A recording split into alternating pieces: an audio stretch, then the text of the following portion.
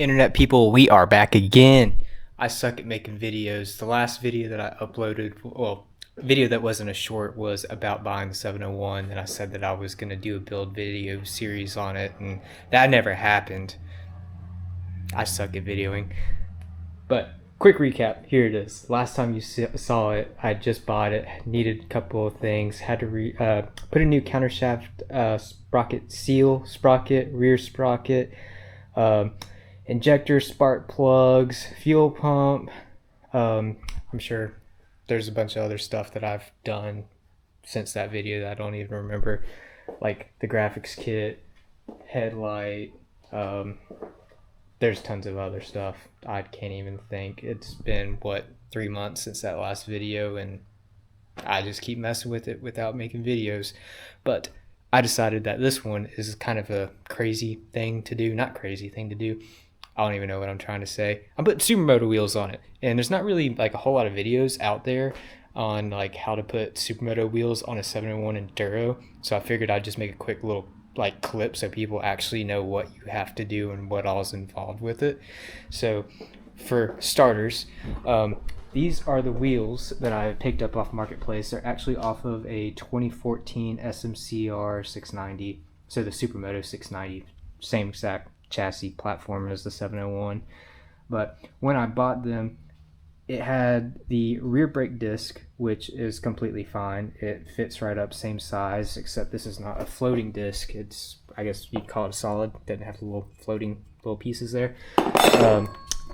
He did not have, I don't know what it's called, but the outer hub part of the cush drive, which is fine. I can just swap over the rear, but that sprocket is for my Enduro setup and has a 47 tooth on it, so that's going to make things interesting. That'll be in the next video and how that does. I have a feeling I'm going to end up going to like a 42 in the rear because I have a 15 in the front, so it's probably going to have no speed and do all the wheelies.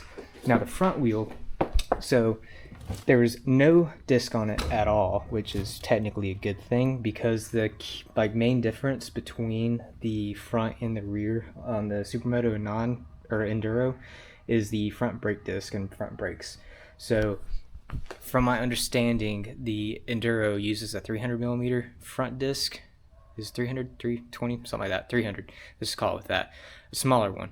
And then the Supermoto has a 320, I believe, or it's 340, I don't remember. It's like a 20 mil difference. It's either a 300 and 320 or 320 and 340. I cannot remember off the top of my head. It's not the same size. So you had to put a different, or like an Enduro front disc on it, or basically swap out the front forks so you can do the bigger brakes that the Supermoto has, which is probably the correct way to do it for stopping power and all that. But for now, I'm just putting the 300 or the disc or the Enduro disc on the Supermoto wheels. So that piece will actually be here tomorrow. That's the only thing I have left. Now, I did not know about the speed ring. So obviously the speed is going to be different, like rating off of the sensor from the Supermoto to the Enduro, because you're going from a 17-inch front wheel to a 21 or 21 to 17, whatever. It applies either way. So I actually ordered the ABS ring off of a 2022 701 SM just to see. I needed it anyway for the front since the front didn't have a disc or the speed ring. But looking at the part numbers, it is actually the same. So we got to figure that out. I'm hoping there's a way that I can recalibrate the actual display, change the settings to where it'll work, actually show the correct speed on the 701 with the Supermoto tires. I have no idea. We're going to figure that out. Probably be in the second video on this one. But that's another thing. Speed's going to be different between the ABS. This is what I'm talking about. The rotor is a different size between the Supermoto and the Enduro. And then also another thing that you have to do is trim down the fork guards. So originally the fork guard comes out and it basically follows right here.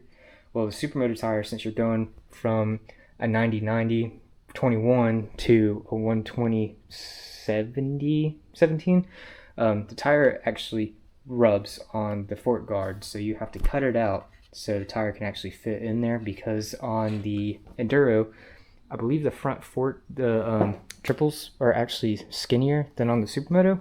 That's my only guess. So have to cut that out. which is not too big of a deal.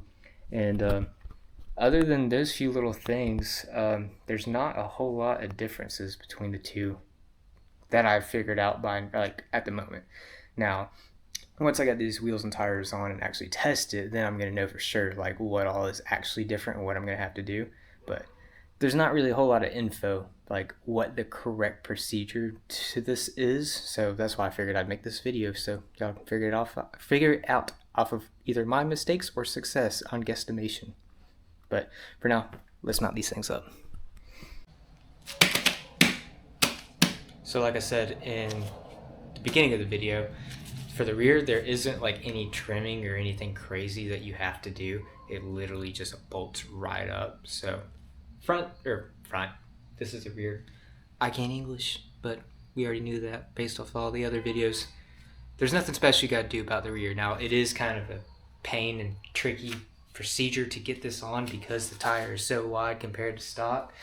So what I like to do is, I don't know if you'll be able to see it, but I actually zip tied the cush drive piece, sprocket and everything to the actual hub so it can't fall out. So that makes it a whole lot easier. But whenever you're putting it on, pretty much gonna have to put it on sideways at a weird angle to try to get it around the caliper, and then it kind of falls in. Honestly, that was way easier than the first time I did this. I say that now I can't even get the disc to line up, but I'm also kind of high. Alright, there we go. Now, don't lose the spacer, and you're in.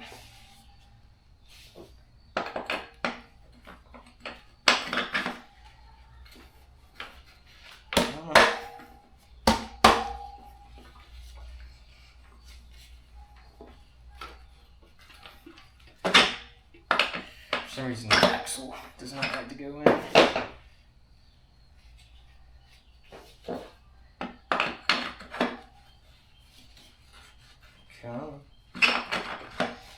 Well, I jinxed myself. I said it was going to be easy. Get a better grip on it.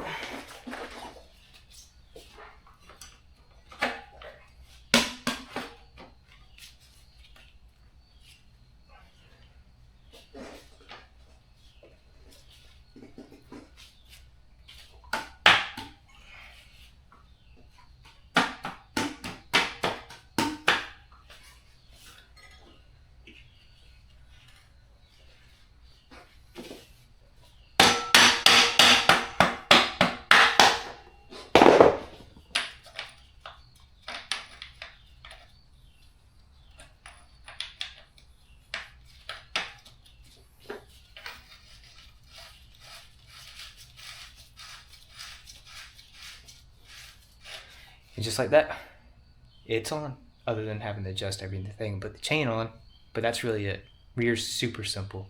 Now the front will be in this next section, which is hit or miss, kind of annoying, but you'll see how I do it. Now that we got the chain on, another thing that I need to mention so no one else gets this confused is the zip ties that I said that I put on to keep on the cush drive and everything. Make sure you cut those off whenever you're done. Voila.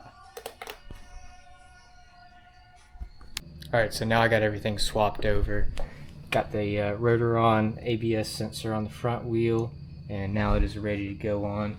So with the wider front tire and then like the forks being more narrow, it's almost impossible to get it on with fork guards. I say that it's probably possible, but honestly it's way much easier to get the wheel on with those removed just because it's so tight. But now that it's removed, you can see the cut that I had to make, which with that all I used was basically like a little Dremel with the sandpaper just to get the shape.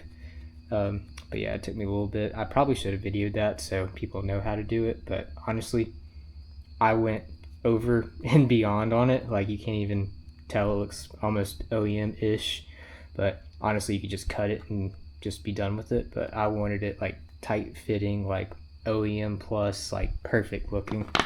So obviously you'll see once the tire's on there how like basically perfect. I got that. But now that I'm at this point, it is time to put that front tire on. Even with the fork guards removed, it can still be a pretty big pain in the butt to get on, just because the tire is so wide. And I hadn't quite figured out the technique yet, trying to get it in there. Honestly, I might have to take the caliper off, because the first time I test fit this, the brake disc was not on there.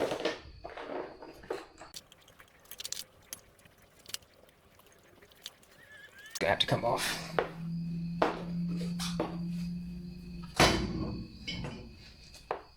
Skip a little bit. Alright, so now the caliper's off, so this should make it a lot more easier. Still tight squeeze.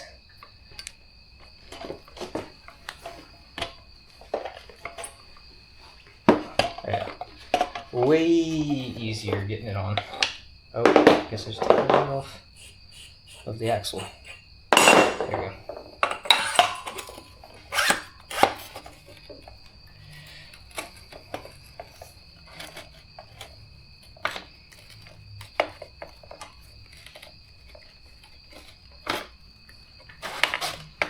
Ta-da!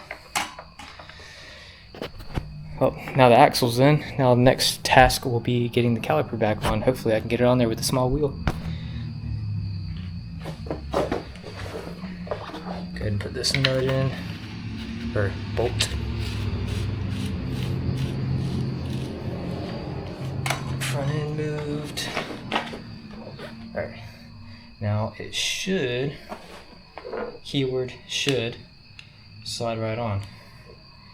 Now, is it ever that easy? Absolutely not.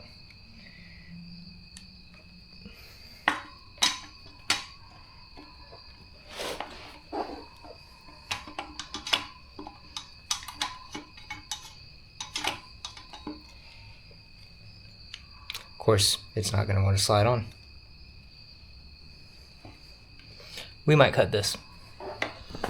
Well, that was no fun at all. That ended up having to turn into opening up the reservoir up top and cracking the bleeder down here so I can compress the pistons to get the caliper back on. I guess at some point while the front tire was off, me or somebody grabbed the front brakes and it compressed, and it was just enough to where I couldn't get the rotor to slide in between the brake pads.